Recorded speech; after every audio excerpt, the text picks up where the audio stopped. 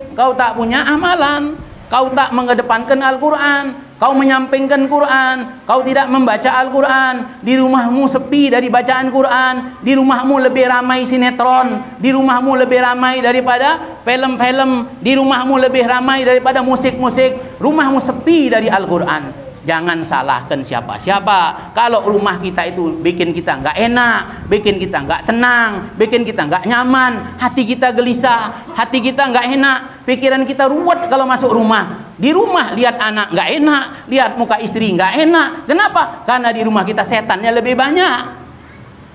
Maka kalau mau setan ini pergi, baca Quran di rumah kita. Insya Allah rumah kita menjadi tenang, menjadi baik. Sehingga apa yang dikatakan Nabi, baiti jannati, itu bisa tercipta. Rumahku, surgaku itu bisa ada dengan Al-Quran. Ya, bukan soal bini kita cantik, bukan soal rumah kita besar, bukan soal harta kita banyak, bukan soal perhiasan di rumah kita banyak, bukan soal fasilitas di rumah kita lengkap. Baiti jannati itu kalau dengan Quran, ya, bisa tercipta. Berapa banyak orang rumahnya besar tapi tidak betah di rumah? Berapa banyak orang penuh dengan fasilitas tapi tidak merasakan ketenangan? Nah, maka Al-Quran kedepankan. Di bulan Al-Quran ini, di bulan Ramadan ini, di malam turunnya Quran ini, malam nuzulul Quran 17 Ramadan, ayo kita semangat membaca Al-Quran. Anak kita suruh baca Quran, istri kita ajak baca Quran, kitanya baca Quran. Jangan nyuruh-nyuruh aja, nyuruh anak baca Quran, istri baca Quran, dia tak baca Quran.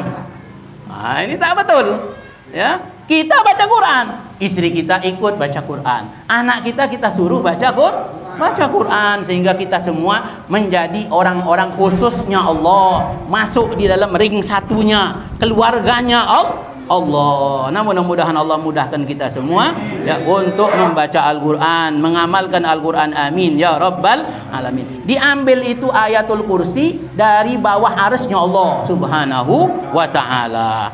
Dan dikatakan Yasin adalah qalbul Quran, jantungnya Al-Quran. Tidaklah seseorang membaca Yasin hanya karena mengharapkan ridho Allah dan mengharapkan keselamatan di negeri akhirat, melainkan Allah ampunkan dosa-dosa dia. Yasin adalah qalbul Quran, Yasin adalah jantungnya Al-Quran. Siapa orang yang membaca Yasin di waktu malam mengharapkan ridho Allah, maka Allah ampunin dosa dia. Dari Al-Imam At-Tirmidzi bahwasanya Nabi SAW bersabda, bagi segala sesuatu itu ada jantungnya, dan jantungnya Al-Quran adalah Yasin. Siapa orang yang membaca Yasin, dicatatkan bagi dia lahu bi qiraatiha qiraatul Quran asyra marrat. Orang yang membaca Yasin, ganjaran pahalanya seperti membaca Al-Quran 10 kali pahalanya. Tapi jangan baca Yasin aja, Quran itu hatamkan juga. Karena di dalam setiap ayat di dalam Quran itu memiliki keutamaan, karunia-karunia tersendiri dari Allah Subhanahu wa taala. Ya, kalau kita baca tiap ayat itu kemudian kita fahami, ya tentu berbeda dengan orang yang cuman Yasinan aja. Ya, tapi daripada nggak baca Quran, ya udahlah baca Yasin. Ya, baca ya Yasin. Mudah-mudahan Allah Subhanahu wa taala berkahi kita semua. Allah ampunkan dosa kita semua. Subhanakallahumma wa bihamdika asyhadu an la ilaha illa anta astaghfiruka wa atubu ilaik.